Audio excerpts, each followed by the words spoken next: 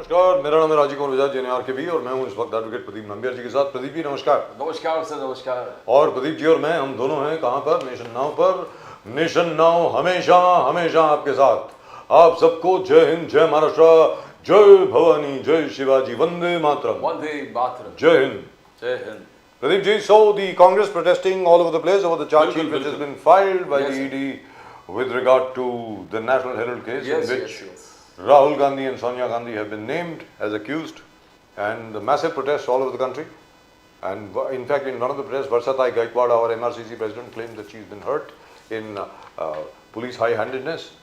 हमारे उद्धव ठाकरे जी जो हैं वो नासिक के अंदर उनका कोई प्रोग्राम चल रहा है अभी बहुत जबरदस्त तरीके से, कहा जा रहा है बहुत जबरदस्त है। कांग्रेस का सद्भावना यात्रा in Nagpur, yeah. So Congress appealing for peace, appealing for calm, and the BJP says the Congress is completely irrelevant at the moment, and the Congress consists of people who are out on bail. जो Congress leadership है वो तो bell पर हैं सब लोग, criminal लोग हैं तो सारे के सारे, ऐसा करके बीजेपी बोल रहे, कुछ बोल रहे थे सर आप बोलिए। नहीं, it's a fight between the call political experience, जो इनका कह रहा है कि pushing the frontiers of enforcement agencies to curb political opponents, and Congress NRI says that this is political witch hunt. ये एक पॉलिटिकल विच हंट चल रहा है, that is what the Congress and its allies से। Now this is actually a war, because if you see जिस प्रकार से चल रहा है, रॉबर्ट वाड्रा अभी, उससे पहले नेशनल हेराल्ड केस का चार्जशीट फाइल होता है, राहुल गांधी, सोनिया गांधी एक्यूज है, after that suddenly find Robert Vadra is called to ED offices continuously for second day today. So it seems to be apparent, though whatever you call it, justice is prevailing or corruption is a major issue. As Abhishek Manu Sanghi says, you have money laundering का charge है, there's no money involved anywhere. ना पैसे इधर 1 centimetre, ना पैसे इधर से उधर गया, ना इधर से उधर आया, which is true by the way. ना प्रॉपर्टी 1 सेंटीमीटर इधर से उधर गया, ना उधर से इधर आया, फिर भी money laundering and all the other charges that usually applies for when you get cash in hand और कैश इन बैंक, ऐसे कुछ। लेकिन प्रदीप जी यहाँ पर सबसे बड़ी बात ये बनती है कि अगर मान लीजिए कोई लीगल केस है, जैसे फॉर एग्जांपल ईडी ने चार्जशीट फाइल करी है, इसको लीगली फाइट कीजिए ना, मतलब सड़क पे आकर के प्रोटेस्ट करके, मतलब चलो ठीक है, why not, I mean political party है तो करना भी चाहिए, बड़ी अच्छी बात है। मेरे लिए तो बड़ी अच्छी बात है कि कांग्रेस जो है सड़क पर आ रही है। मैं तो चाहता हूँ कि विपक्ष जो है सड़क पर आना चाहिए। At the moment with us, we've got a very distinguished panel. But there's a difference, sir. I remember once Indira Gandhi was arrested. Ji. And how the entire Bharat जल गया था। सर भारत बंद हो गया था। 78 की बात है। We could see Mumbai was burning. We were in Mumbai that time. तो मुंबई किस प्रकार जल रहा था। जी बिल्कुल। That is what you call a protest. Fierce protest. ये कोई प्रोटेस्ट थोड़ी है सर, ये तो I don't think the BJP is going to be intimidated or even afraid of this. This is like neither here nor there. Let's go to our guests. We have Kapil Dhoke साहब of the Congress after a long time. Kapil Dhoke साहब नमस्कार। बड़े दिनों के बाद आपके दर्शन हो रहे हैं सर, नमस्कार। नमस्कार सर, नमस्कार। मुकेश गांधी साहब तो मिलते रहते हैं, और of the NCP Ajit Dada Pawar and Sameer Bhagre साहब, the very incisive, very analytical, brilliant Sameer Bhagre साहब, all evergreen heroes. देवानंद तीनों के तीनों। लेकिन पहले जाते हैं सर, क्योंकि डोके साहब इतने दिनों के बाद आए, सबसे पहले कपिल डोके साहब आपके पास आता हूँ।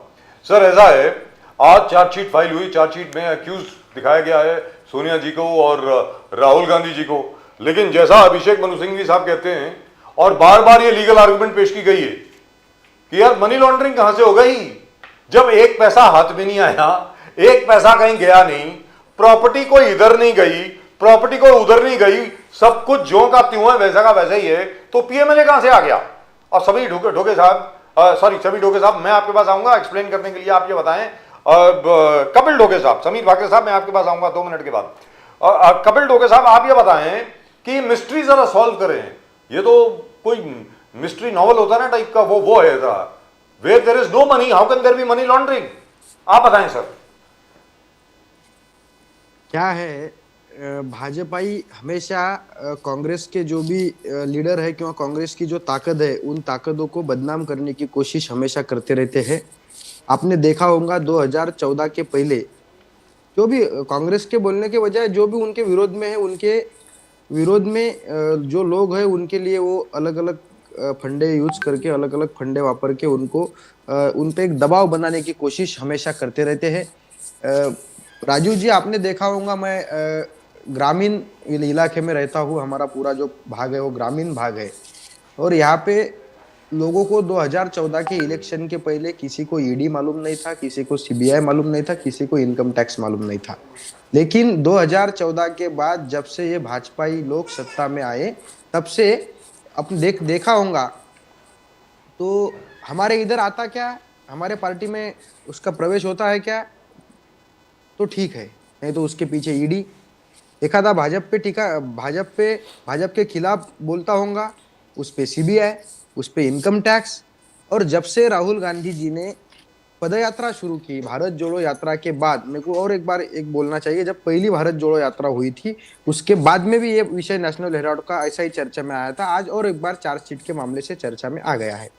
तो राहुल गांधी जी कैसा भी रुकता नहीं है। इन लोगों ने राहुल गांधी जी को पप्पू बोलने का बहुत प्रयास किया, लेकिन राहुल गांधी जी के मेहनत ने वो पप्पू नहीं, इन सब लोगों के पप्पा है, ये साबित करने के बाद इन लोगों ने राहुल गांधी जी को लटकाने का। लेकिन डोके साहब, इसमें एक चीज आती है सामने, वो ये आती है कि भाई केस फाइल हुआ है, गलत फाइल हुआ ठीक हो, है ना, सर, मैं ये बोलता सर पूरी बात सुनिए ना, गलत फाइल हुआ हो, ठीक फाइल हुआ हो, मालूम नहीं। ईडी जो है, डायरेक्टरेट ऑफ एनफोर्समेंट जो है, उन्होंने इन्वेस्टिगेशन करके चार्जशीट फाइल करी है, फाइन।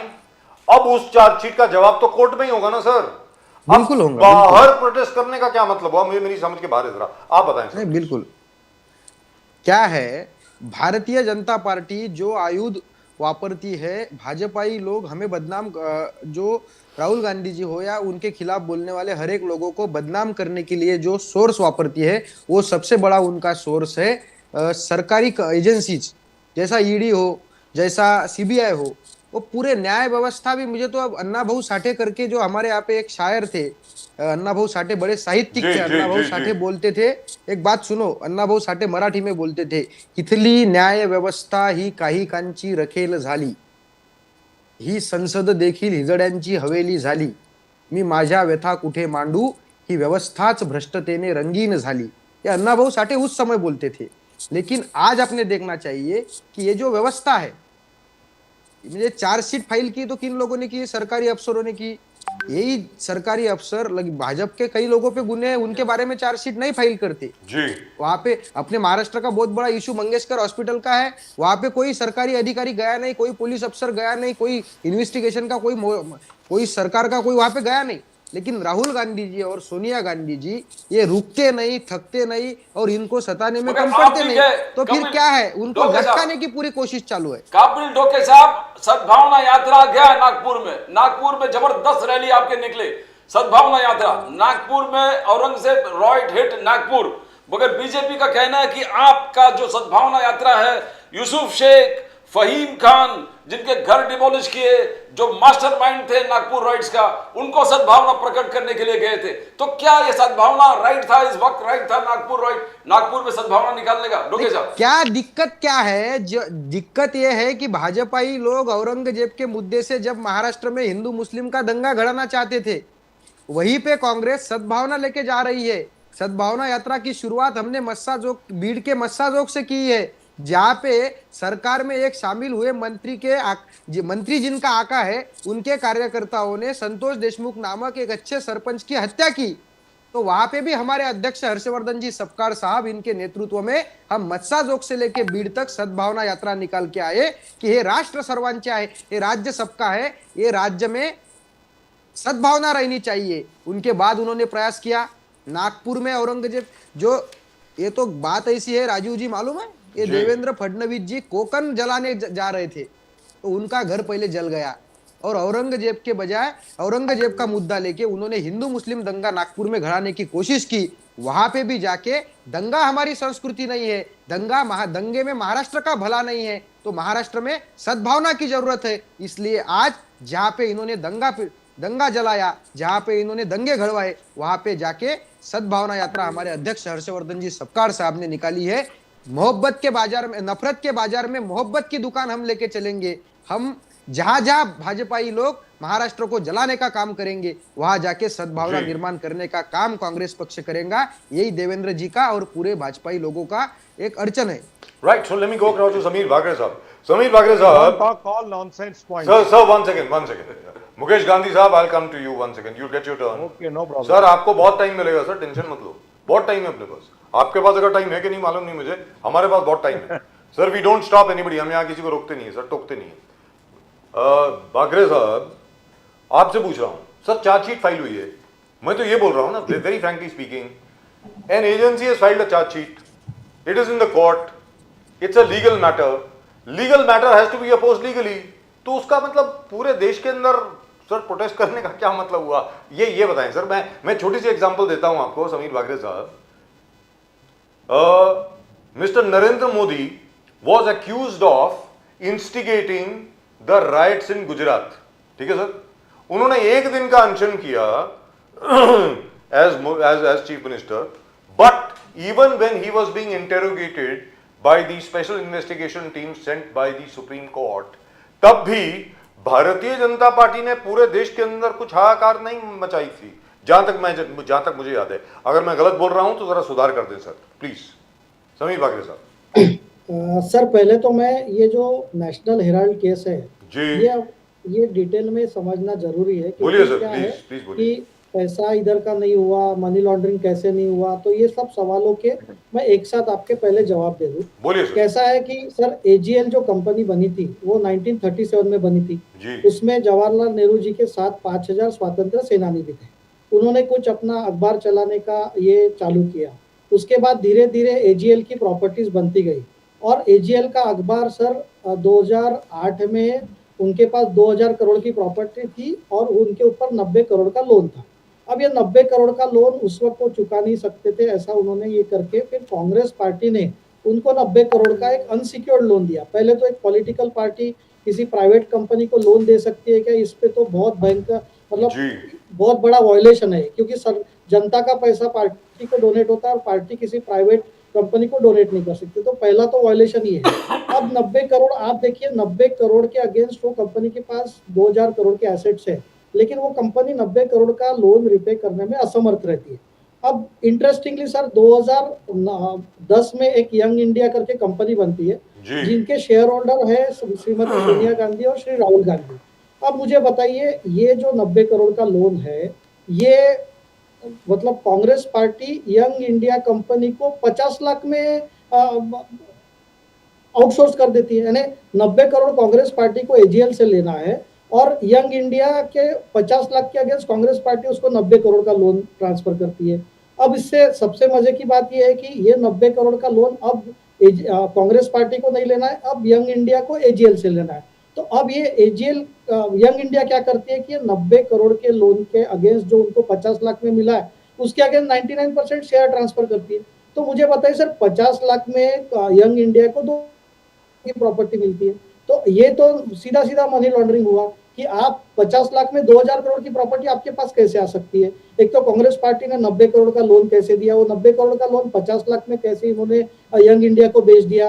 यंग इंडिया 50 लाख के अगेंस्ट 2000 करोड़ की प्रॉपर्टी लेती है और सिर्फ उनको 99% शेयर मिलता है। और सर दूसरे जो शेयर होल्डर थे 5000 शेयर होल्डर जब 1937 में थे वो आते आते 1057 शेयर होल्डर रह गए। उसमें बड़े बड़े नाम थे सर, शांति भूषण जी के फादर और उनके ग्रैंडफादर थे, फिर अपने काटजू साहब के मतलब सर पुरुषोत्तम दास टंडन थे, आचार्य नरेंद्र देव थे। सर मैं वही बोल रहा हूँ कि सडनली ये एजीएल का जो शेयर होल्डिंग है ये कैसे कैसे कांग्रेस पार्टी ट्रांसफर कर सकती है। रफी अहमद किडवाई साहब थे, गोविंद बल्लभ पंत साहब थे। Classic case of money laundering. अगर ये मनी लॉन्ड्रिंग नहीं है तो फिर दूसरा कोई मनी लॉन्ड्रिंग हो ही नहीं सकता सर। आप 2000 की प्रॉपर्टी 2000 करोड़ की प्रॉपर्टी आप 50 लाख में हथियार है सर, ये तो इससे ऐसा तो कोई बैंकिंग स्कैम भी नहीं हुआ है जितना बड़ा स्कैम है। और ये 2000 करोड़ की प्रॉपर्टी उस वक्त थी सर, आज ये 5000 करोड़ की प्रॉपर्टी है। और मैं आपके पास आना चाहता हूँ कि 2015 में ट्रायल कोर्ट में मैटर चला और गांधी परिवार के जो सदस्य इसमें एक्यूज्ड है उनको बेल पे छोड़ा गया सर। तो ये तो अदालत में मामला 2015 से है। 2016 में ये लोग वापस सुप्रीम कोर्ट में गए to quash the chargesheet. Supreme court ने मना किया कि we can not quash the chargesheet, let the proceedings continue. तो जो 1962 में सर इनको प्रॉपर्टी पेपर पब्लिश करने के लिए दी थी, अब ये प्राइवेट प्रॉपर्टी करके यूज कर रहे हैं। And these are all why young property was transferred to young India, why not a charitable trust? अगर ये बोल रहे कि ये तो सेक्शन 8 की कंपनी यंग है, इंडियन, तो यंग इंडियन, की यंग कंपनी इंडियन। है, तो सर दूसरे चैरिटेबल ट्रस्ट को क्यों नहीं है? क्यों गांधी परिवार को ही पूरा 99% होल्डिंग 2000 करोड़ का दे दिया? अब दूसरा मैं आता हूँ इनके प्रोटेस्ट में, ये सद्भावना की बात करते हैं सर। सद्भावना इन्होंने वेस्ट बंगाल में इतने दंगे हो रहे, वहां इनको दिख नहीं रहा कि सद्भावना करनी चाहिए। वहां लोगों को खदेड़ा जा रहा है, हजारों हिंदुओं को खदेड़ा जा रहा है, और ये सद्भावना ऐसी जगह आके कर रहे हैं नागपुर में जहां पर लॉ एंड ऑर्डर शांत है। अरे उस वक्त दंगा भी किसने किया था, ये भी तो कपिल जी को देखना चाहिए ना कि दंगे करने वाले कौन थे। आज उनको सद्भावना आप सिखाइए। सद्भावना आपको सिखानी है तो वेस्ट बंगाल में जाइए, सद्भावना आपको सिखानी है तो केरल में जाइए, सद्भावना आपको सिखानी है तो जहां पर वक्त के खिलाफ वायलेंट प्रोटेस्ट हो रहे वो करिए। तो सर ये जो मनी लॉन्ड्रिंग हुआ है और ये जो ध्यान भटकाने की बात करें, सद्भावना किस बात की सद्भावना कर रहे हैं? जहां बंगाल में आपका एक लीडर नहीं जाता, ना कोई आपका लीडर बोलता है। आपके कोई लीडर को प्रेस कॉन्फ्रेंस में जब पूछा गया कि बंगाल के बारे में बोलिए, तो हम कंसर्न नहीं है बोलते बंगाल के बारे में। तो इस तरीके से सर देश नहीं चलेगा। लोगों के सामने सब ये एक्सपोज होते जा रहे हैं। और आप, मैं आपको इनका छोटा सा एग्जांपल बताता हूँ। आपने नरेंद्र मोदी जी का जिक्र किया, एसआईटी की इंक्वायरी, हम तो लॉ के सामने सर पूरे तरीके से गए। इनको प्रॉब्लम क्या जाती है, जब गांधी परिवार जो first family of the Congress party है, इन पे अगर कोई उंगली उठती है, क्योंकि कांग्रेस का एग्जिस्टेंस ही गांधी परिवार है, तो गांधी परिवार में उंगली उठती है तो पूरे देश में हाहाकार मचाने की कोशिश करते हैं। जो वाड्रा जी की लैंड की इंक्वायरी हो रही है, कल जाके वाड्रा जी that is the question, बाकी साहब वही क्वेश्चन है कि this is a political witch hunt. ये व्हाट इज द पॉलिटिकल? मैंने जो फैक्ट बताया आपको, मुझे एक फैक्ट बताइए ना। पॉलिटिकल ये विच 2000 करोड़ की 2 दिन पहले अभी सर वकफ का प्रोटेस्ट पूरे देश में हो रहा है, उसको छुपाने के लिए सबसे बड़ा इंपॉर्टेंट क्या चीज, ये कांग्रेस का ऑब्जर्वेशन है, सबसे इंपॉर्टेंट चीज क्या है? What will divert attention? Sonia Gandhi, Rahul Gandhi, उनका चार्जशीट फाइल कर दो। और उसको सोनिया गांधी, राहुल गांधी का चार्जशीट फाइल कर दिया, उसके एक दिन बाद रॉबर्ट वाड्रा को ईडी को बुलाओ। What is the greatest issues in the state, the nation today, जो अटेंशन डाइवर्ट करने के लिए सोनिया गांधी, राहुल गांधी, रॉबर्ट वाड्रा, आपने तीनों को इस्तेमाल कर दिया और पूरे अटेंशन वहां पर डाइवर्ट। तो कहते रॉबर्ट वाड्रा इतने दिनों से चल रहा है, उठा के डाल दो ना उसको अंदर, क्यों नहीं डाल दिया? This is political witch hunt, Pakre साहब। Congress allegation, Congress allegation. The agencies are following a process. 2016 में भी सुप्रीम कोर्ट में गए थे, तो क्या उस वक्त कौन सा वकफ कानून का अमेंडमेंट आया? सर देश में कानून बनना और एजेंसी की कार्रवाई करना ये तो चलते रहेगा। और चार्जशीट अगर कल फाइल हुई है तो इसकी तैयारी तो ईडी को पूरे प्रूफ्स और ये करके 2-3 साल से, उनकी इंक्वायरी 4 साल से चल रही है। तो ऐसा नहीं है कि आज हमने डिसाइड किया कि ईडी की चार्जशीट फाइल करना और कल फाइल करना। Sir it's a process of law, it is subject to observations of high court, supreme court, trial court. और अगर आप देखिए, अगर 2016 में सुप्रीम कोर्ट ने रिफ्यूज किया है एफआईआर क्वाश करने में, that means supreme court is finding prima facie evidence. और सर क्या देश को ये अधिकार नहीं है क्या कि 5000 करोड़ की प्रॉपर्टी जो नेशनल हेराल्ड के लिए थी, वो यंग इंडिया ने, गांधी फैमिली उसको हथिया ले? तो क्या देश की एजेंसियां चुप बैठे, इनकम टैक्स चुप बैठे, ईडी चुप बैठे, क्योंकि एक परिवार के पास ये प्रॉपर्टी जा रही है? सर 2014 से पहले एजेंसी को हिम्मत नहीं होती थी कोई इंडिपेंडेंट इंक्वायरी करने की, अब वो इंक्वायरी कर रही है। और sir we are open to supreme court, high court scrutiny. अगर कुछ गलत होगा तो supreme court will look at the matter. इससे बड़ा मनी लॉन्ड्रिंग सर, आप मुझे बताइए नाम्बियार साहब, आपको 50 लाख में प्रॉपर्टी 5000 करोड़ की मिल सकती है क्या? आप ऐसी स्कीम देखिए ना। ये दुनिया में तो ऐसी बहुत बढ़िया स्कीम है, हिंदुस्तान से तो गरीबी हट जाएगी सर। 50 लाख में अगर 5-5 हजार करोड़ की प्रॉपर्टी मिलना चालू हो जाएगी तो हिंदुस्तान की गरीबी हट जाएगी। तो ये तो कांग्रेस हमको समझाए भाई, अभिषेक मनु सिंह भी हमको समझाए, कपिल सिब्बल जी हमको समझाए कि ये कौन सी स्कीम है कि जिसमें आप 2000-5000 करोड़ की प्रॉपर्टी 50 लाख में कमा सकते हैं।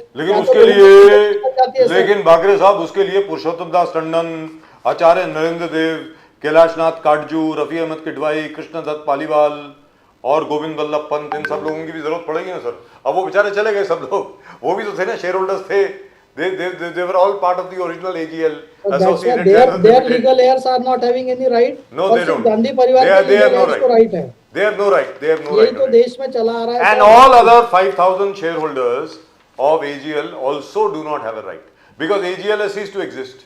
All the rights of AGL have been transferred to Young Indian. So that is there. But In any event, all I am saying is what Pradeep ji said just now. I am coming to you, Mukesh Gandhi साहब. उसके पहले one final word from Sameer Bakre साहब in this round of questioning. Sir, isn't it true कि जब भी कोई ऐसा matter होता है आप कुछ ना कुछ ले आते, लाइक फॉर एग्जाम्पल जैसे बजट सेशन था, महाराष्ट्र में बजट सेशन था, डोके साहब सुनने वाली बात है, बजट सेशन था महाराष्ट्र में, आप चाहते थे कि कोई भी बेरोजगारी के ऊपर, कीमतों के ऊपर, महाराष्ट्र की जो आज की तारीख में फिस्कल हालत है, उस माली हालत है, उसके ऊपर कोई सवाल ना उठाए, तो औरंगजेब आ गया पता नहीं कहां से। तो सर और फिर उसके बाद वो कौन है, वो कुणाल कामरा आ गया पता नहीं कहां से। सर मतलब were these the issues to be discussed in the assembly? Wagre साहब मतलब बताइए ना। Suspicion arises that it is too much of a coincidence. Each time you are about to be questioned on basic issues, these issues arise. Why? अब आप बताएं sir, Wagre sahab. Sir with due respect to everyone, आप देखिए sir, Maharashtra का कोई माली हालत खराब नहीं है। महाराष्ट्र का जो लोन टू जीडीपी रेशो है सर वो 20 के नीचे है सर, और आपका जो फिस्कल डेफिसिट है वो 3% के नीचे है। तो आप मुझे बताइए, इनको डिस्कस करना है करें। और औरंगजेब का इशू किसने लाया था? अबू आजमी ने जो स्टेटमेंट दिया था, उसके बाद औरंगजेब का इशू चालू हुआ। कुणाल कामरा ने जो वीडियो रिलीज किया, वो हमने तो उसको नहीं बोला ना रिलीज करने के लिए, वो तो अपनी टाइमिंग देख रहा था। वो तो वीडियो 1-2 महीने पहले रिकॉर्ड हुआ था, उन्होंने क्यों उस वक्त रिलीज किया? क्यों सर संजय राउत जी ने रिलीज किया। सर संजय राउत जी ने नहीं, उन्होंने अपने ट्विटर पे रिलीज किया हुआ है। और संजय राउत जो है, संजय राउत भी कुणाल कामरा के पार्टी के, जब कंगना का घर गिराया गया तो दोनों बैठ के पार्टी कर रहे थे सर। उनके ऑफिस में बैठ के बुलडोजर के रिप्लिका के साथ पार्टी कर रहे थे। ना कुणाल कामरा अलग है, ना संजय राउत अलग है, ना कांग्रेस पार्टी अलग है। लेकिन Abu Asim Azmi everybody says is very close to you sir. हर साल बीएमसी का जो गार्बेज कलेक्शन और डिस्ट्रीब्यूशन कॉन्ट्रैक्ट होता है वो हमेशा अबू आसिम आजमी साहब को ही क्यों मिलता है? Very strange. But in any event I don't want you to go into that. We'll talk about that at some other point of time. Mr. Mukesh Gandhi has been waiting for his turn. Mukesh Gandhi साहब, आपको क्या लगता है, जहां तक के national Herald का matter है, नेशनल हेरल्ड का जो केस है, ये कहा जा रहा है कि जान करके राहुल गांधी जी, सोनिया गांधी जी, रॉबर्ट वाड्रा जी और प्रियंका गांधी जी को जान करके परेशान किया जा रहा है। आप बताएं सर। मुकेश गांधी। राजीव जी, प्रदीप जी, ये नेशनल हेराल्ड जो पेपर था वो जवाहरलाल नेहरू जी ने शुरू किया था, तब उन्होंने 3 पेपर शुरू किए थे जी।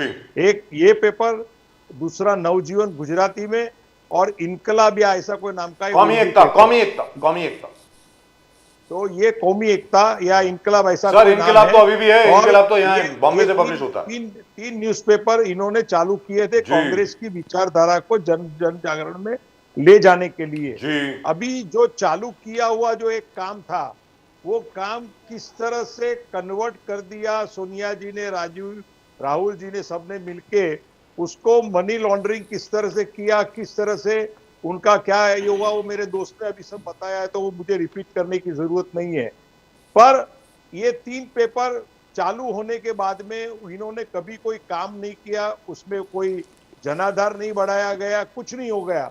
उस वक्त में गीता प्रेस गोरखपुर हमारे यहाँ चालू हुआ था, वो आज तक गीता प्रेस गोरखपुर हमारे हिंदुस्तान में एक अलग साहित्य को देकर के सनातन हिंदू धर्म के साहित्य को देने का काम करती है। उसमें आज तक कोई घोटाला नहीं हुआ है, कोई मनी लॉन्ड्रिंग नहीं हुई है। पर ये पेपर के अंदर सिस्टमेटिकली मनी लॉन्ड्रिंग हुई है, पैसा हड़पने का, प्रॉपर्टी हड़पने का इन्होंने सिस्टमेटिक ट्राई किया है। और दूसरी बात, आप कहेंगे कि ये केस इतने सालों के बाद क्यों निकाला, तो मैं ये कहना चाहता हूं कि जब इंदिरा गांधी जी की निर्मम हत्या हुई, तो वो हत्या होने के बाद में इमीडिएटली जो लोग थे उनके ऊपर पनिशमेंट होनी चाहिए। बाद में राजीव गांधी सत्ता में थे, कांग्रेस सत्ता में थी, फिर भी 5 से 7 साल लगा और बाद में वो केस का चुकादा आया और बाद में एक्शन ली गई। तो हमारे यहाँ जो कोर्ट की जो व्यवस्था है ना सर, वो इस तरह से है कि वो धीरे धीरे चलती है, शनै पंथा शनै कंथा, ऐसे धीरे धीरे चलती है। और बाद में ये आते हैं, जैसे अब भी अपना यहाँ 1911 का हमले के टाइम के अंदर भी कसाब का भी चुकादा कितने सालों के बाद आया जी। तो ये कोई नरेंद्र मोदी जी कोई फ्रेम नहीं करते हैं कि इसके साल के बाद में ये पोजीशन आएगी तब मैं ये आइटम लॉन्च करूंगा, ऐसा करूंगा, वैसा करूंगा, ऐसा अभी नहीं होगा। गांधी साहब, ये जो मेरी बात सुनिए बोलिए, सर, तो बोलिए। ये टोटल मनी लॉन्ड्रिंग का काम है। और ये कांग्रेस वाले अपनी इतनी जिद्दीगिरी करते हैं हिंदुस्तान को पूरा डिवाइड करने का। महात्मा गांधी जी, नेहरू जी ने मिलकर सरदार पटेल का न मान करके हमारे हिंदुस्तान पाकिस्तान का माउंटबेटन के साथ में मिलकर सौदा किया और हमारे हिंदुस्तान का विभाजन किया। और तब से बाद में आप देखो तो मैं उनका आपको पूरा स्टेटिस्टिक्स दे सकता हूं सर, कि उन्होंने कितने हमारे देश के अंदर बाय कॉन्स्टिट्यूशन उन्होंने भारत को एक मुस्लिम राष्ट्र बनाने का काम किया है। क्यों, कैसे किया, देखिए कलम 25, 28, 30 1950 में आई, HRC कायदा 1951 में आया, HCV MPL 1956 में आई, धर्मनिरपेक्षता 1970 में लाए, लघुमती कायदा 1992 में लाए, POW का कायदा 1991 में लाए, वकफ का कायदा 1995 में लाए, राम सेतु एफिडेविट 2007 में लाए, केसर कुल 2009 में लाए।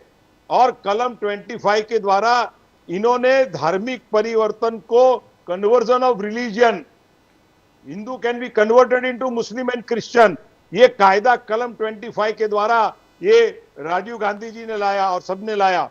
कलम 28 के बारे में इन्होंने हिंदुओं को धार्मिक शिक्षण देने का दूर किया और कलम 30 के द्वारा मुस्लिम और क्रिश्चियों को उनका रिलीजियस एजुकेशन देने की मंजूरी दे दी। 1951 में HRC कायदे का उपयोग करके हिंदू मंदिर और हमारे जितने पवित्र स्थल है उसका जो फंड था वो लूटने का काम भी ये कांग्रेस सरकार ने किया। बाद में हिंदू कोड बिल, डाइवोर्स का कायदा, दहेज का कायदा, और ये करके उन्होंने हमारे हिंदू परिवार का नाश करने का काम किया। और मुस्लिम पर्सनल लॉ, उसके बारे में कुछ स्पर्श नहीं किया, बहुपतित्व को मंजूरी उनको दे दी जिससे वो अपनी बस्ती बढ़ा सके और हिंदुओं के ऊपर नया कानून लगाते गए। 1954 में एक विशिष्ट लग्न का, मैरिज का एक्ट लाया जिससे मुस्लिम पुरुष के लिए हिंदू स्त्रियों के साथ में शादी करना एकदम कन्वीनियंट हो गया, जिसके कारण लव जिहाद के मूल वहां 1954 में आए हैं सर।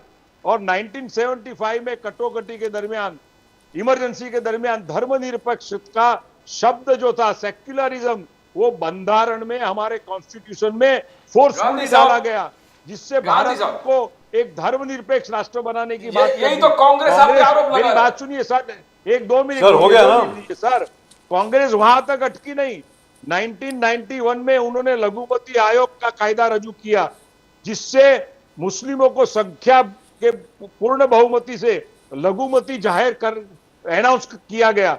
एक धर्मनिरपेक्ष देश में जहां लघुमती बहुमती के भेद नहीं होने चाहिए, पर मुस्लिमों को सत्तावर लघुमती का दर्जा देकर के हमारे हिंदुस्तान को डिवाइड करने का, पीछे करने का काम किया है। यही तो आरोप आप पे लग रहा है। एक बात sir, that's a one sided picture. यही तो आरोप सर, दैट इज इररिलेवेंट। आरोप आप पे लग रहा है कि आप जब भी फेल होते स्टेट में तो हिंदू मुस्लिम कर देते हो। एकदम बटेंगे तो कटेंगे। इलेक्शन के वक्त पर एक है तो सेफ है, आप करते क्या कर रहे हैं सर आप? और महाराष्ट्र की आर्थिक स्थिति बहुत खराब है। अजित पवार जी जो अभी 8 लाख महिलाओं को 1500 से 500 कर दिया। गांधी साहब आप ही के 1500 से 500 नहीं किया है सर। नहीं, वो है 1500 मिलेगा। वो काटे जी चिल्ला रहे, प्रताप सरनाईक चिल्ला रहे, फंडने। आप गलत फहमी मत फैलाइए।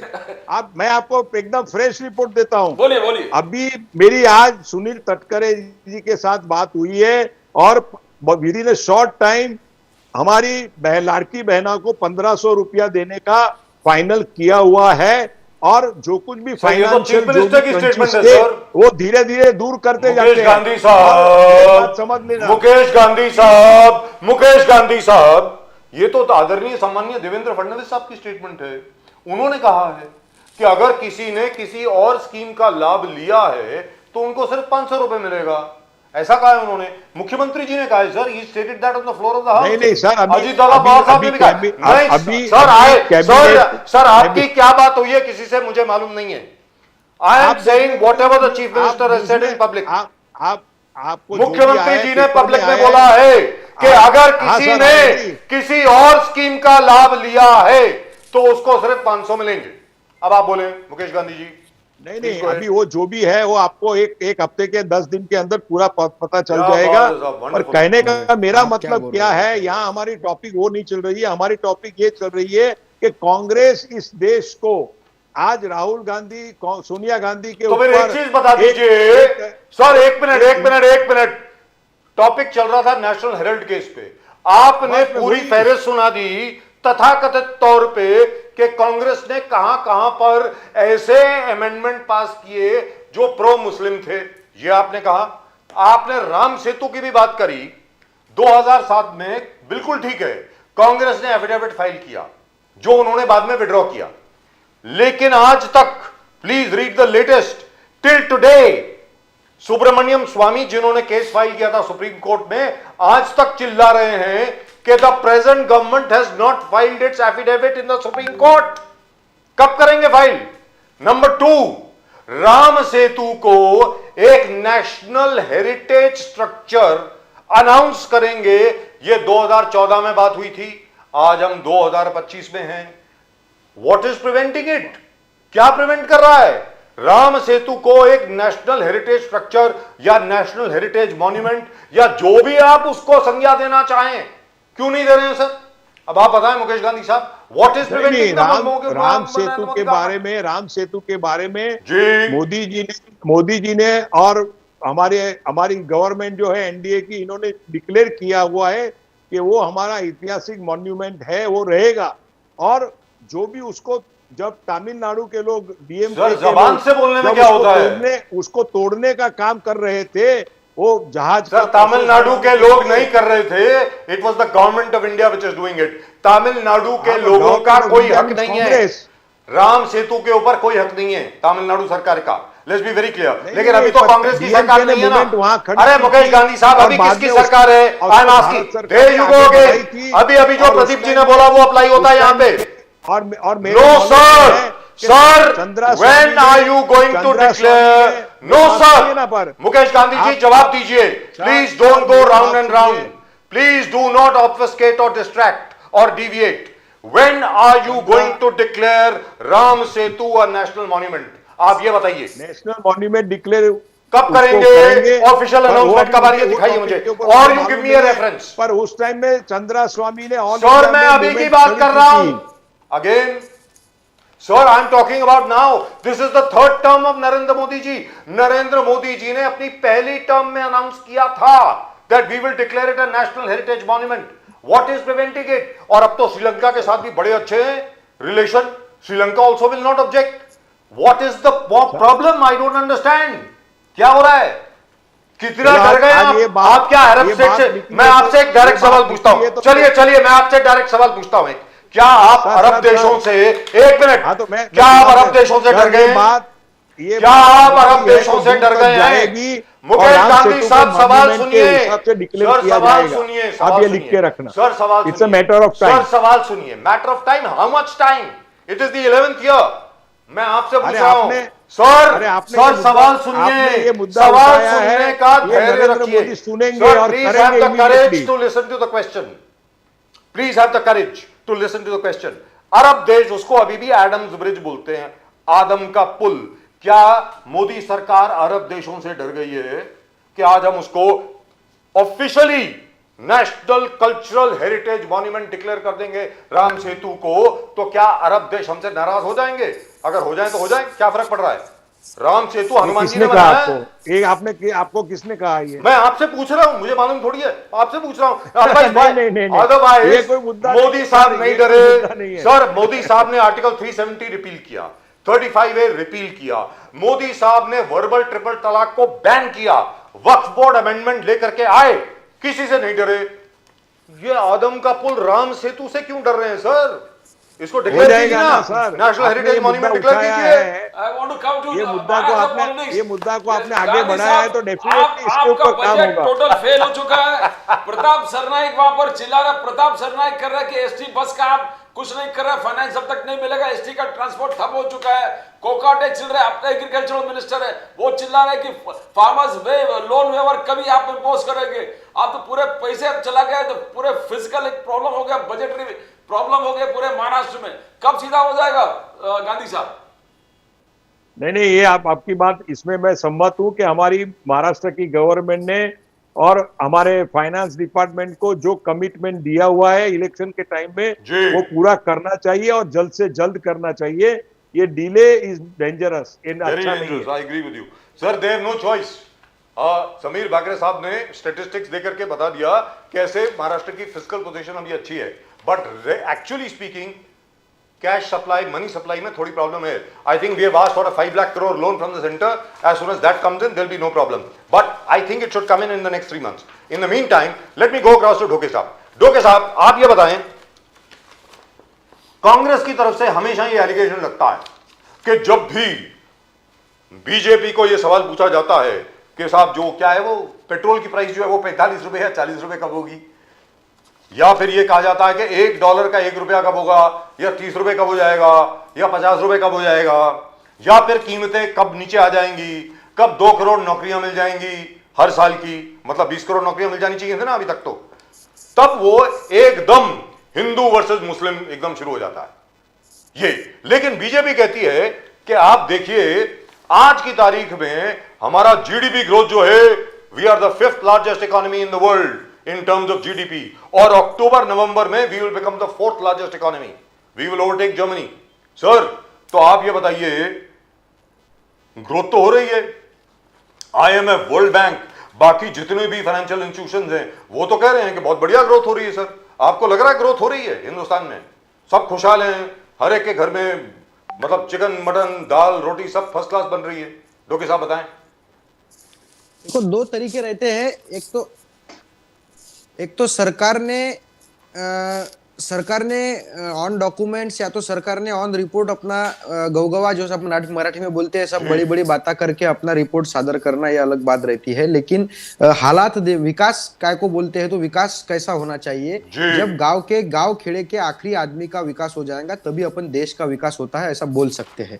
अभी आप देखते होंगे, गांव में जाओ, जानवरों को खाने के लिए चारा नहीं है, घास जो बोलते हैं अपन वो नहीं है।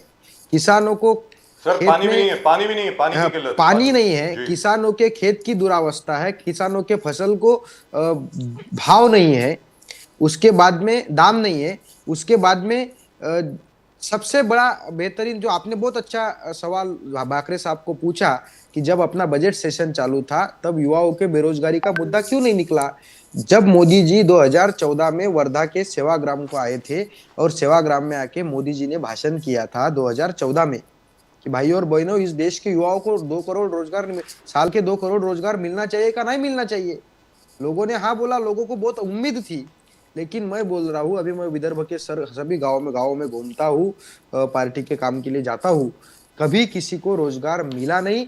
उलट उसके बजाय जो भी पेपर चालू है, जो भी लोग कॉम्पिटिटिव एग्जाम देते हैं, कौन सी भर्ती की एग्जाम देती है, उसमें बहुत बड़े तरीके से भ्रष्टाचार होता है, पेपर फूटी जैसे प्रकरण होते हैं, पेपर फोड़ डालते हैं, एजेंसीज जो सब करप्टेड एजेंसी है उनको पेपर का कॉन्ट्रैक्ट दिया है। ये बड़ी समस्या युवाओं के सामने है। सोलापुर नाम का, गांधी साहब को मालूम होगा कि सोलापुर में युवा लोगों ने मोर्चा निकाला, शादियां नहीं हो रही लोगों की, क्योंकि नौकरी नहीं है। नौकरी नहीं है तो कोई इस शादी को लड़की नहीं दे रहा। ये सब युवा किसी, अब मेरे को उस दिन एक हमारे गांव के अंकल मिले, वो बोले वक्फ बोर्ड का सुनावनी चालू है और उनका लड़का ये बेरोजगारी से भटक रहा है। म्हणजे लोगों को क्या मतलब है, वक्फ बोर्ड अर्जेंट है कि अपने बच्चों को रोजगार मिलना चाहिए? दोनों अर्जेंट है सर, दोनों अर्जेंट। हाँ, ये भी इन्होंने सबसे पहले सोच लेना चाहिए। रोजगार का जो वक्फ बोर्ड का तो काम बहुत अच्छा हुआ है सर, वेरी फ्रैंकली। एक मिनट मुझे बोलिए। गांधी साहब जो हमारे सहयोगी है इस चर्चा में, गांधी साहब ने पहले 3 मिनट में जैसी नीचे मान डाल के स्क्रिप्ट पढ़ ली उनके कौन से आका ने उनको स्क्रिप्ट दी थी मुझे मालूम नहीं। कांग्रेस ने क्या किया क्या नहीं फैक्ट किया, है कांग्रेस सर, ने ये क्या फैक्ट किया, है, आप देख लीजिए क्या ना, मैंने किया, कोई स्क्रिप्ट कौन सी बनाई नहीं स्क्रिप्ट है। आपने, गांधी साहब मुझे पूरा करने दो। बोलिए बोलिए तुम्हारे बोलिए। कौन से आका ने तुम्हें स्क्रिप्ट दी थी? आपने कांग्रेस को बदनाम करने का, कांग्रेस ने क्या क्या बुरा किया, क्या क्या बुरा किया। और तुम्हारे मोदी जी ईद के दिन सौगातें मोदी बांटते हैं, तो वो मुस्लिम दर्जिने नहीं होते हैं? हमारे उसमें कांग्रेस का मुस्लिम अध्यक्ष नहीं बनाया। इतना तुमको, तुम्हारे शाह को, मोदी को मुस्लिमों का पुड़का है, तो भाजपा का अध्यक्ष मुस्लिम क्यों नहीं बनाते आप लोग? कांग्रेस में हमेशा मुस्लिमों और हिंदुओं में झगड़े लगाने, और हमारे जो मूल प्रश्न है उनका, कोकाटे नाम का मिनिस्टर उन नाम निकाला, खेती के बारे में, किसानों के बारे में अपशब्द बोलता है उनके। और बहुत से लोग मिनिस्टर आप देखते होंगे, तो परिवहन मंत्री सरनाइक, महिलाओं को छूट देना बंद करना चाहिए। चुनाव के सामने एक गांधी साहब जिस पार्टी के हैं, उन्हीं के आका अजीत पवार जी ने बोला था कि 1500 रुपए का महीना हम इलेक्शन के बाद 2100 रुपए कर देंगे। बजट सेशन में एक भी दिन 2100 का नहीं हुआ, उलट उसके बजाय सीएम ने बोल दिया, देवेंद्र फडणवीस जी ने बोल दिया कि 1500 रुपए जिनको मिलते हैं, उनके जिन्होंने दूसरे योजना का लाभ लिया होगा उनको 500 रुपए दिया जाएगा। जो महाराष्ट्र की हालत, यार देश की हालत इन लोगों ने खराब करके रखी है, वो सबसे पहला देखने चाहिए। जब इस देश में सुई भी नहीं बनती थी, गांधी साहब सुन लो, जब इस देश में सुई भी नहीं बनती थी, तो इस देश में गांव गांव तक बिजलियां, गांव खेड़े के लोगों को 4 व्हीलर तक ले जाने का काम एक कांग्रेस के कार्यकाल में हुआ है। कांग्रेस ने इस देश को बड़ा किया है। 10 साल में आप लोग आएंगे, एजेंसीज का उपयोग करेंगे और कांग्रेस के योगदान को नाकारेंगे। इसको हमारे मराठी में कृतज्ञपना बोलते हैं, और ऐसे कृतज्ञ लोगों को इस देश की जनता और इस देश का जो न्याय अपन बोलते हैं ईश्वर कभी माफ नहीं कर सकता है। सबसे पहले आपने ठान लेना चाहिए। कपिल डोके साहब एक करेक्शन छोटी सी। अरे गांधी साहब एक मिनट, अरे गांधी साहब आप ही की बात कर रहा हूं यार, रुको ना एक मिनट प्लीज प्लीज। अभी प्रदीप जी एक सवाल पूछेंगे आपसे डोके जी, उसके पहले एक छोटा सा करेक्शन कर दूं। अजीत दादा पवार ने, सर डोके साहब फोन बाद में ले लेना सर, फोन जरा बाद में ले लेना सर।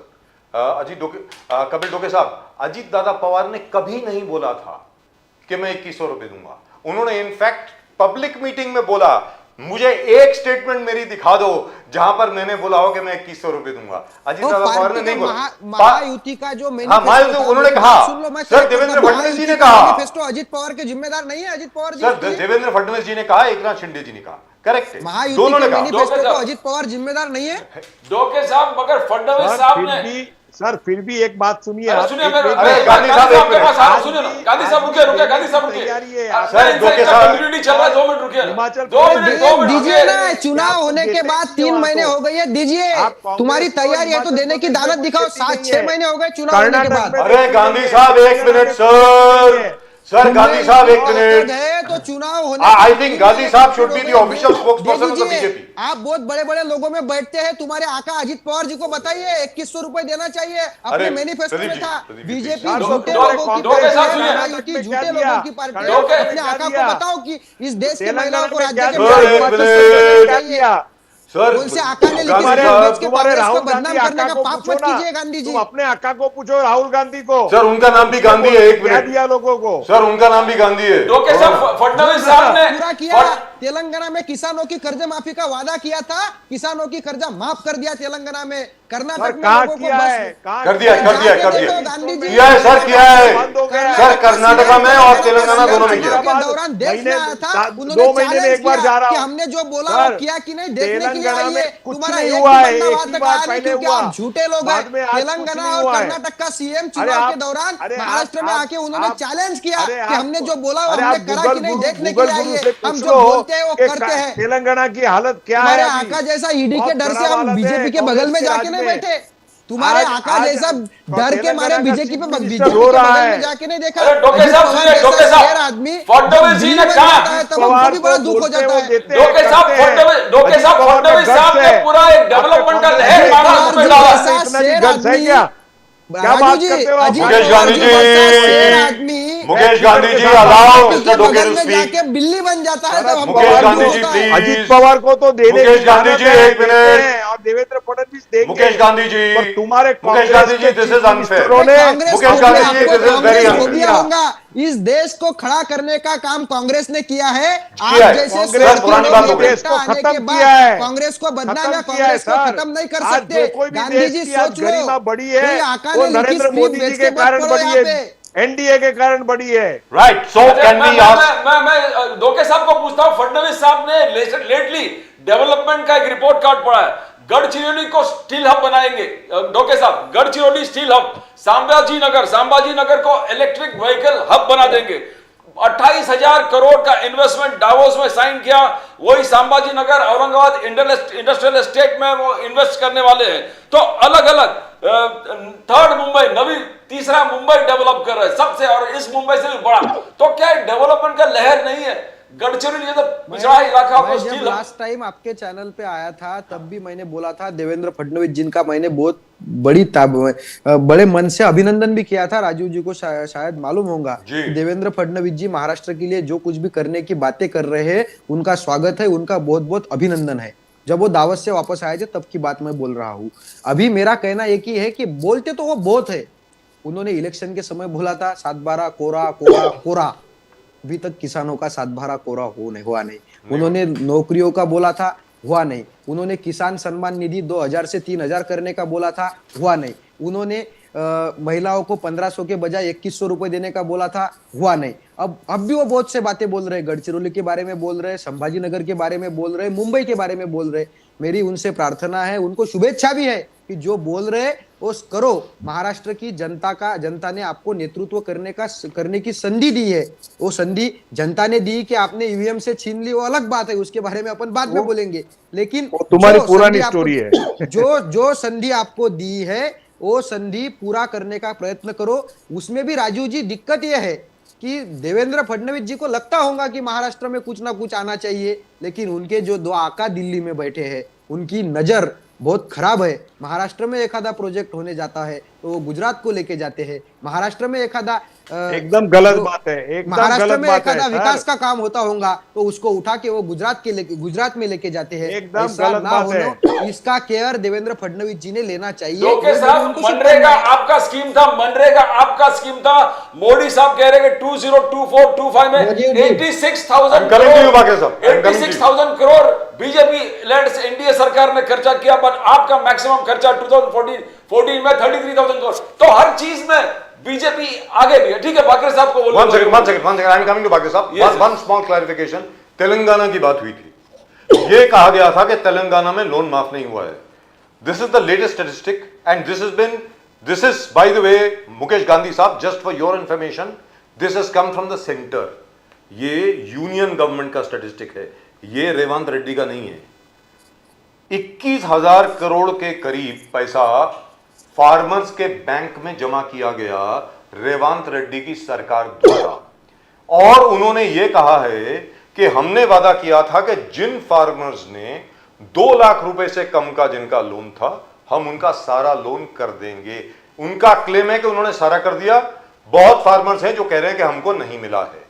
और रेवंत रेड्डी सरकार जो है उन्होंने कहा है कि अप्रैल 30 के पहले बाकी जिनके भी पैसे बचे को 2,000 करोड़ के करीब वो भी जमा हो जाएंगे, ऐसा कहा गया है। That is the status today as far as farm loans are concern.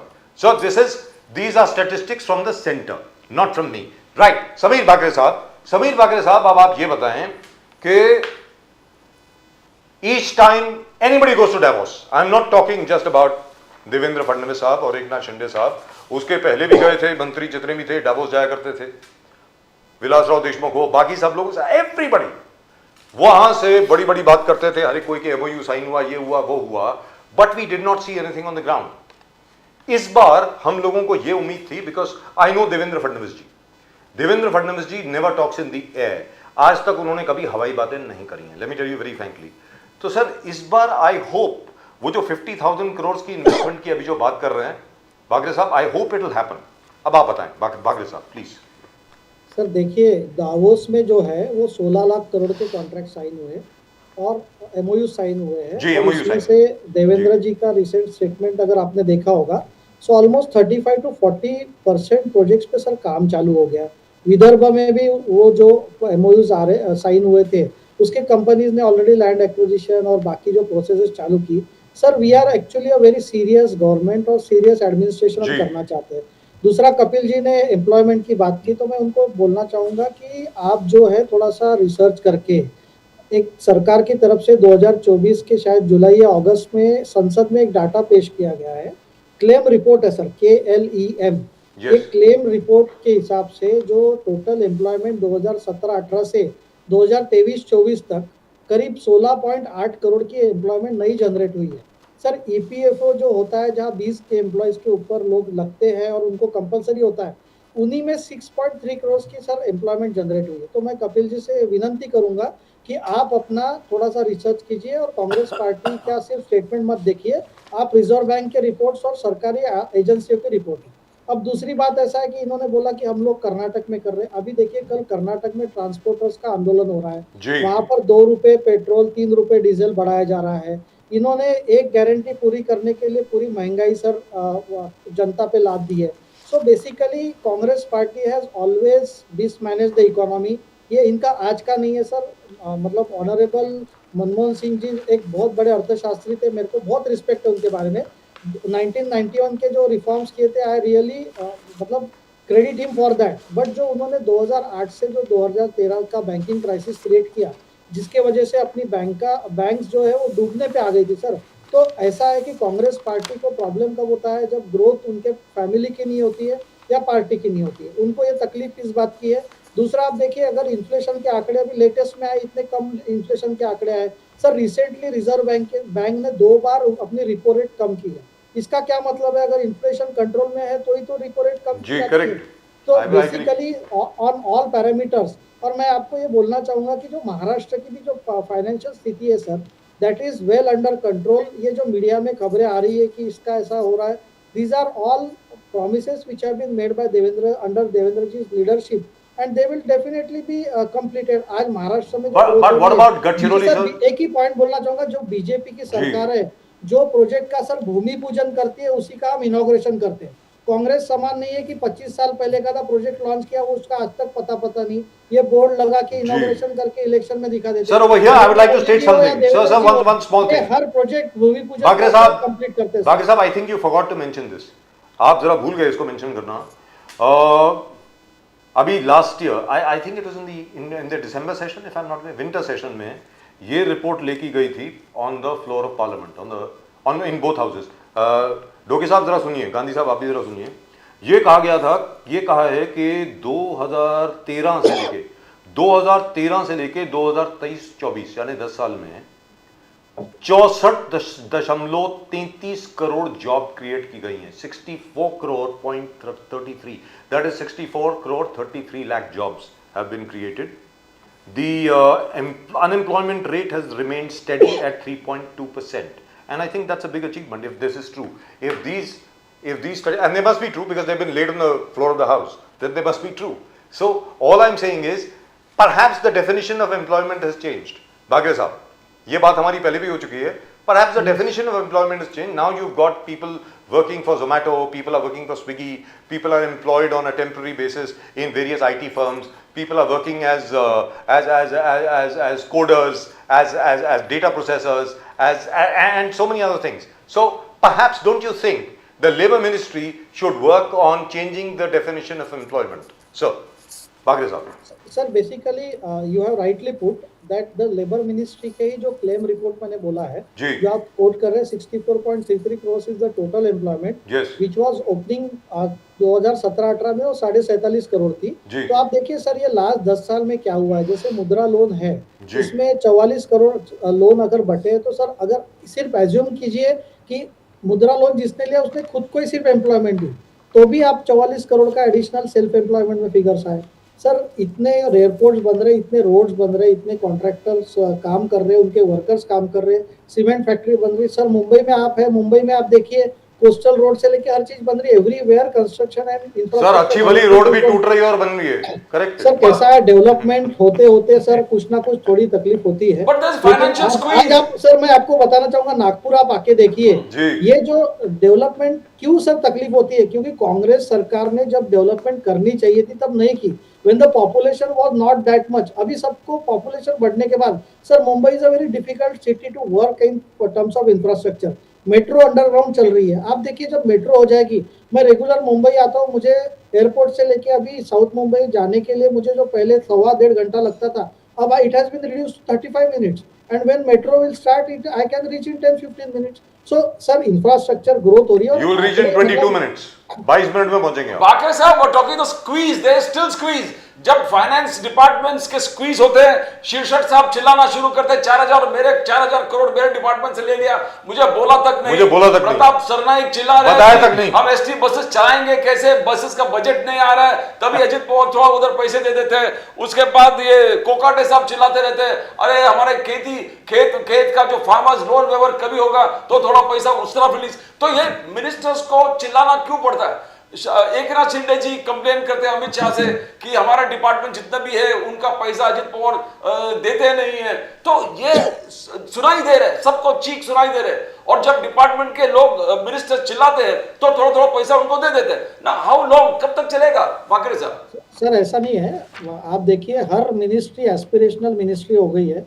Modi सरकार और देवेंद्र जी सरकार की यही तो खासियत है, हर मिनिस्टर चाहता है मेरे डिपार्टमेंट में सबसे ज्यादा डेवलपमेंट हो। ये दिल मांगे मोहर है सर, जितना भी दो, लेकिन मिनिस्टर दिन रात काम करने को तैयार है।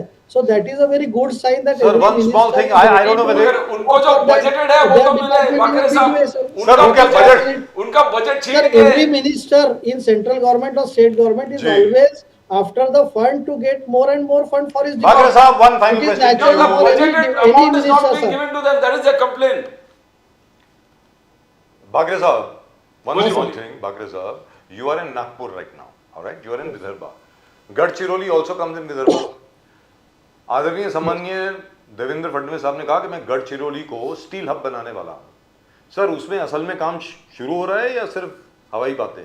पूछा हूं सर आप देखिए बहुत बड़े लेवल पे सुरजागढ़ में माइनिंग चालू हो गया है। आप गढ़चिरौली अगर आएंगे ना तो आपको इस बजट में जो महाराष्ट्र का जो बजट आया है, गढ़चिरौली के रोड इंप्रूवमेंट करने के लिए सिर्फ रोड इंप्रूवमेंट करने के लिए सर 500 करोड़ का एलोकेशन है। बिकॉज रोज 10,000 ट्रक्स वहां से माइनिंग हो रहा है, और स्टील इंडस्ट्री आप मतलब 2-3 बड़ी स्टील इंडस्ट्री ऑलरेडी काम करना चालू किए। सर ये क्यों हुआ? क्योंकि वहां से जो नक्सलवाद का जो ये था, अमित भाई के नेतृत्व में और देवेंद्र जी के नेतृत्व में नक्सलवाद पूरा खत्म हो रहा है। एक छोटे से 2-4 तालुका में सर वो बचा हुआ है, वो भी अभी खत्म होने जा रहा है। आप गढ़चिरौली में देखिए, it is a so nice place. मैं रेगुलर जाता हूँ because some press conferences I am assigned to take there. So इतना बढ़िया वहां पर डेवलपमेंट है, इतने बढ़िया लोग हैं। And I invite both of you and all my panelist to Nagpur. I will take all of you to Gadchiroli. I would love to come, very frankly, because the last time I went there, I remember a completely different picture. डोके साहब, ये जो बाकरे साहब कह रहे हैं, गढ़चिरौली आप भी गए, विदर्भ में आप भी दौरा किया, क्या जो बाकरे साहब जो कह रहे हैं वो सही है? गढ़चिरौली स्टील हब बन गया, स्टील हब बन गए, इंफ्रास्ट्रक्चर डेवलपमेंट हो रहा है। डोके साहब वो बुला रहे हैं आपको, तो आपने जरूर आना चाहिए। गढ़चिरौली के रास्ते देखना चाहिए, गढ़चिरौली के लोगों को पूछना चाहिए कि सच में अपन गढ़चिरौली नहीं बोल सकते, बाजू के चंद्रपुर में जाके देखिए, गढ़चिरौली में जाके शहर का बात छोड़िए, लेकिन अपन गढ़चिरौली के एखादे चामोरसी में गए तो चामोरसी के लोगों को पूछना चाहिए। तो चंद्रपुर में जो माइन थे वो दोबारा चालू हो गए? चंद्रपुर में जो कोल माइन थे, चंद्रपुर के सिंदेवाही में सावली नाम के काम, चंद्रपुर के सिंदेवाही में गुंजेवाही नाम के गांव में जाइए। मैं जाके आया विधानसभा चुनाव के दौरान। गुंजेवाही में पानी भी नहीं मिलता है, पानी की बोतल नहीं मिलती है, पीने को चाय नहीं मिलता है। कैसे लोग रहते होंगे वहां पे? खाने को कुछ नहीं मिलता है दुकानों में, बहुत सी मुसीबतें हैं। ये स्टील हब, लंबी लंबी बातें, वो क्या है, गढ़चिरौली को फोकस करके विदर्भ को, हम गढ़चिरौली को सुधार रहे तो पूरा विदर्भ सुधार रहे, ऐसे बोलने के सब बातें करते हैं। बुला रहे तो सब आना चाहिए। उन्होंने अपने पूरे पैनलिस्ट को आमंत्रित किया है। राजू जी आप भी समय निकाल के आइए। मैं निकालूंगा पक्का 100%। लेकिन डोके साहब, भाकरे जी हमको तो आपने सब दिखा देना। It is the most invitation to all. Yes, I'll definitely come. बिल्कुल, because Gadchiroli is very close to my heart. में... Sir, Gadchiroli is very close to my heart. We have done a lot of work there. Pradeep ji and I have done a lot of work over there. But before we end I would like to ask Doke साहब, आपने चंद्रपुर की बात करी, वो चंद्रपुर में जो coal mine था अभी चालू है कि बंद हो गया? जो माइन थे वहां पे, खाने जो थी कोयले की चंद्रपुर के आगे, वो चल रही है कि बंद है? चालू है, चालू है। चालू है, तो मतलब इलीगल माइनिंग अभी भी चालू है, गैर कानूनी तौर पे? क्योंकि लीगल चालू माइनिंग है। तो हो नहीं रही जहां तक मैं जानता हूँ। चालू है, चालू है, गैर कानूनी तौर पे चालू है, लीगल चालू है। भाई जो शाबाश। माइनिंग हो रही है sir, it is under the, जैसे WCL की है, बाकी private mines, it has been allotted sir. ये इलीगल वगैरह क्या है? There is no illegal mining which is happening in Chandrapur. Right, I hope it is so. Already sanctioned. I hope it is true. I hope that is true. Sir it is true. आप I believe you, sir. Sir, I believe you. I Thank you, sir. believe you. And that is really very good news, because that means, because all those miners who were out of jobs, say 10 years ago, 15 years ago, they would have found jobs over there in Chandrapur. क्योंकि चंद्रपुर के जो miners थे, they were out of jobs because those mines had been shut for a long time. I still remember. काफी देर से बंद थे. illegal mining. That's right. Right, gentlemen, thank you very much for joining us. It's been a great pleasure. Dhoke साहब, बहुत-बहुत धन्यवाद आपका. मुकेश गांधी जी, बहुत-बहुत धन्यवाद आपका. भागीर साहब, आपका भी बहुत-बहुत धन्यवाद. As usual, you are very incisive, very analytical, and you always come prepared. Thank you very much. Mukesh Gandhi ji, a Thank you. great pleasure. He is Thank you, an sir. evergreen. Thank Namaskar. you, thank you. So Patriots. nice of you. Namaskar, sir. Jai Hind, sir. Well, that was a nice show. That was very, very nice. Yes. Very nice discussion. And but the one thing which you said, Pradeep ji, that's what gets my goat, really and truly speaking. Robert Vadra को कितनी बार बुलाओगे यार questioning के लिए? मतलब मेरी समझ के बारे. अरे अरेस्ट करो ना उसको भाई. And the sequence जो है, मतलब ठीक है, if they are corrupt, put them in. But if you see the sequence of the, आपने चार्जशीट फाइल किया Rahul Gandhi, Sonia Gandhi, that has made headlines. वो खत्म हो गया, रॉबर्ट वाड्रा को उठा लो. उनको अब नेक्स्ट रॉबर्ट वाड्रा को उठाएंगे क्योंकि वक्फ बोर्ड के ऊपर जो प्रोटेस्ट चल रही है वो खत्म ही नहीं होंगे, और रोज इंटरोगेशन के लिए ईडी ऑफिस आना पड़ेगा उनको, रोज नया न्यूज़ है. सो वक्फ बोर्ड का की खबर जो है, it will be relegated to God knows where. कोई बात नहीं करेगा वक्फ बोर्ड के बारे में. सीधी सादी बात है. तो मतलब ये अब जैसे बाकरे साहब कह रहे हैं, that may be just a coincidence. ये ऐसा थोड़ी है कि मोदी जी बोलते हैं कि अभी जो भी है. खैर बीजेपी में जो भी ये प्लान कर रहा है, my respect for him goes up. In this government, everything is planned to an hour, even years to come. Yes. अब महाराष्ट्र में जैसे सरकार गिर गया, कौन से डेट पे कहाँ फाइल पहुंचेगा, कौन से डेट पे कोर्ट में होगा, कौन से डेट से ऑर्डर आएगा, everything was so. But we still haven't received a proper reply on what you asked. कि जो एलोकेटेड बजट है मिनिस्ट्रीज का, वो तो दीजिए. उसमें से उठा करके 4,000 करोड़ आपने लड़की बहन को दे दिए. मतलब अरे यार, इनका ज्यादा है, एम्बिशियस है, और प्रोजेक्ट करना जो है एग्जिस्टिंग वो तो दे दो. वो तो वही लड़ रहे कि हमारा अपोर्शन बजट से 4,000 करोड़ आपने ले लिया, हमको बोला भी नहीं. और दूसरी चीज ये जो बात रह गई, जो डोके साहब बोल रहे थे, but very unfortunately because of the noise, the fact is Mahayuti सरकार ने ये प्रॉमिस किया था प्रदीप जी कि हम फार्मर्स के लोन वेव करेंगे. कहा था लोन माफी करेंगे. और अजीत दादा पवार ने कहा भैया 31 मार्च तक दे दो आप अपनी EMI, जो भी आपको देनी है इंस्टॉलमेंट, इंटरेस्ट की जो इंस्टॉलमेंट है, बाद में बोलना नहीं. मैंने कभी नहीं बोला था कि मैं तुम्हारे लोन माफ करने वाला हूँ. Now I think that's a breach of faith, that's a breach of promise. I mean, with the problem with Ajit Pawar, he can talk anything. Mayawati का promise, you swept the elections because of this. पूरे election landslide से जीता. But And did now- I really want to know, did Varshatai Gaikwad really get hurt today? उनको चोट लगी है क्या? आज वो कह रही हैं कि पुलिस वालों ने उनको बहुत मारा, ये किया, वो क्या. I don't know. Do we have that footage? Do we have any footage of Varshatai Gaikwad being hurt in the head, ऐसा कुछ करके? Sir, अगर है तो दिखाइए please. if your national leader is being questioned and harassed without the due process, means without any significant, it is just political witch hunt. And if a congressman, you don't revolt. Now I told you, जब हम छोटे थे तो इंदिरा गांधी जी का arrest के ऊपर जिस प्रकार से हंगामा हुआ था, I think the whole Mumbai was burning. Ji. All roads were blocked. There was fire on all roads. That was the kind of impact. Now, if you really want to come back to power, you have to be on the streets. You have to be on the street. You can't just sit in your No, no, office they are and play Twitter. They are You can't do hitting that. your national leader. That's right. And if you are not violent, Or you are not on the street in a very passionate manner. yes, bilkul. That's it. You have to be there. How are you going to express your anger? Yes. If you don't express your You anger have- for your own national leader, तो क्या मतलब है इतना बड़ा संगठन में? Then you might as well say goodbye to the Congress. That means BJP can just toy with you any way they want. National leader को आप इंटरोगेशन के लिए बुला, चार्जशीट फाइल कर रहे हैं, उनके रिलेटिव कंटिन्यूसली ईडी के ऑफिस में बुला रहे हैं, and what's happening? Congress just num and डम. No, but now they are protesting. We can see that. Protest तो हो रही है, ऐसी बात तो नहीं है. I hope that continues. In any event, that's it. That's all we've got for you in tonight's show. आज के शो में सिर्फ इतना ही. आप सब्सक्राइब जरूर करें चैनल को. Please do subscribe to the channel अगर अभी तक नहीं किया है तो, और कमेंट जरूर भेजें अपने.